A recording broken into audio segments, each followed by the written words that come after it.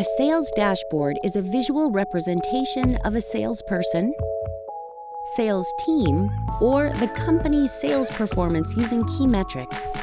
These metrics are usually key sales performance indicators, or KPIs, such as win rate, the number of deals in the pipeline, or cold calls made. Sales dashboards can be customized to display data on salespeople and sales activities to help managers generate actionable insights and spot problem areas. They help everyone in your sales organization identify the goals that they're working towards at each stage of the sales cycle, so progress can be tracked and visualized on sales dashboards.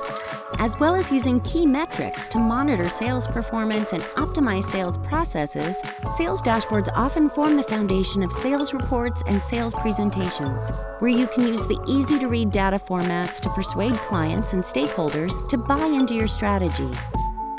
This is just an introduction to sales dashboards. If you want to find out more, click on the link at the end of the video to read our blog article, where we've also included 7 templates you can use to create your own sales dashboard.